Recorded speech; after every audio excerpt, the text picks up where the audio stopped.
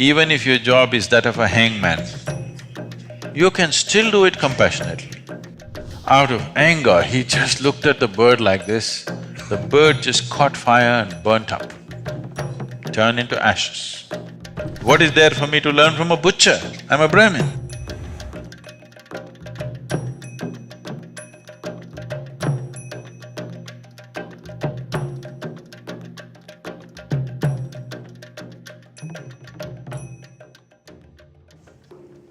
Let me tell you.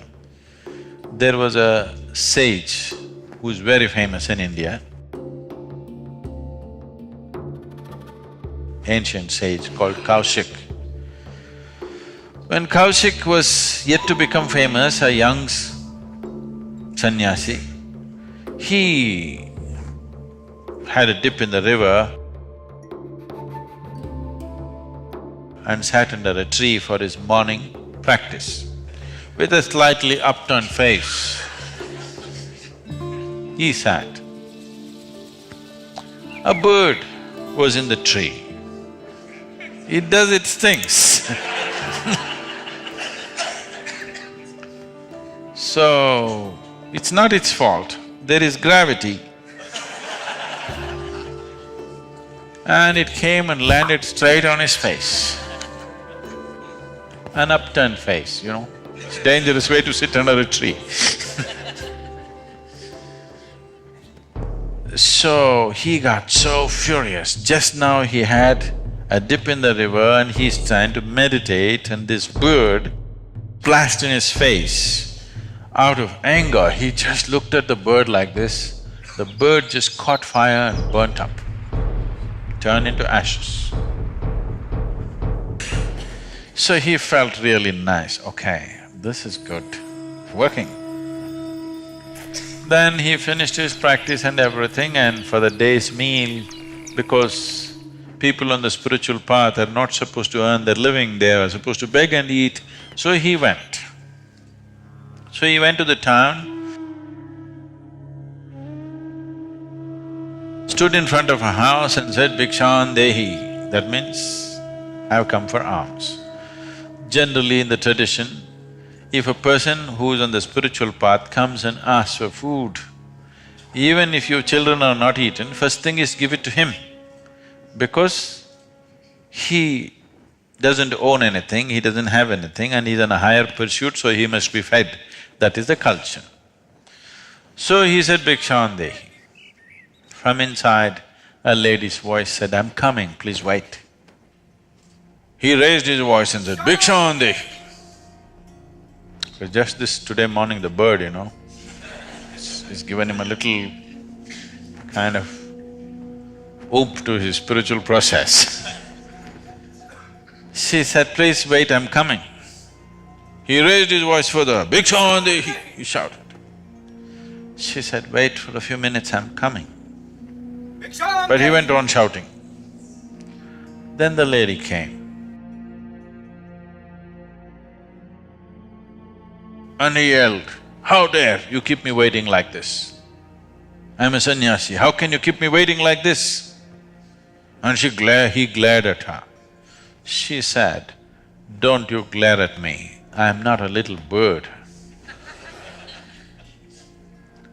So then because it happened only today morning, it's not been in the newspapers.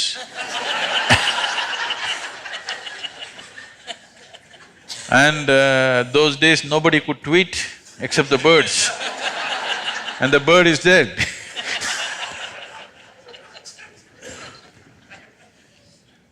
So he said, "How do you know?"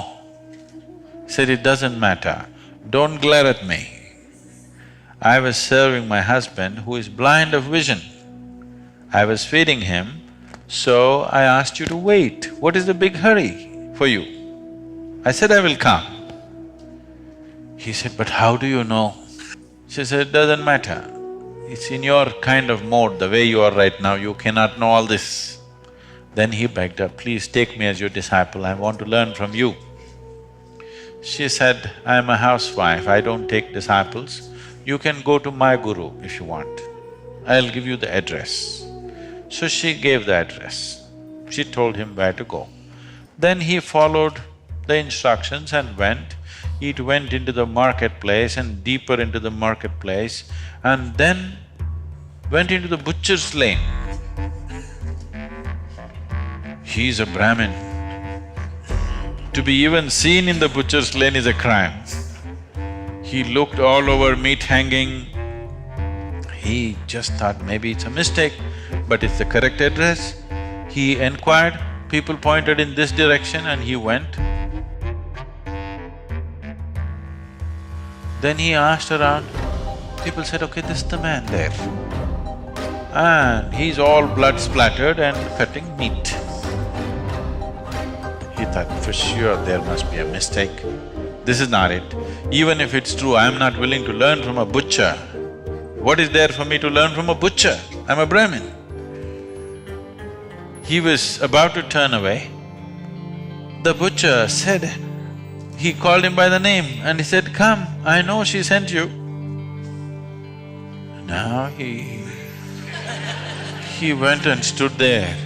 This whole blood and gore, he couldn't stand it, but he just stood there amazed.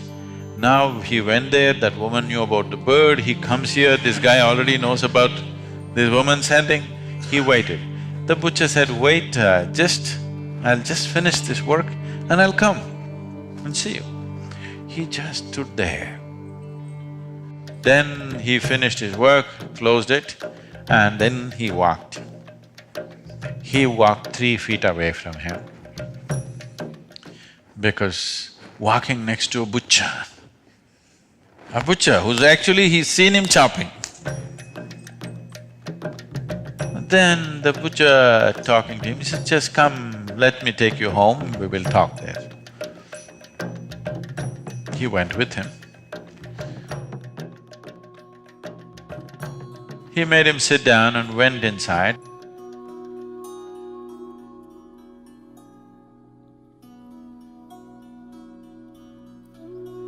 Showered, changed, came and he said, just give me some time. I have sick parents, I need to serve them, I need to take care of them first. So he went in and took care of these old parents and then came back and sat down.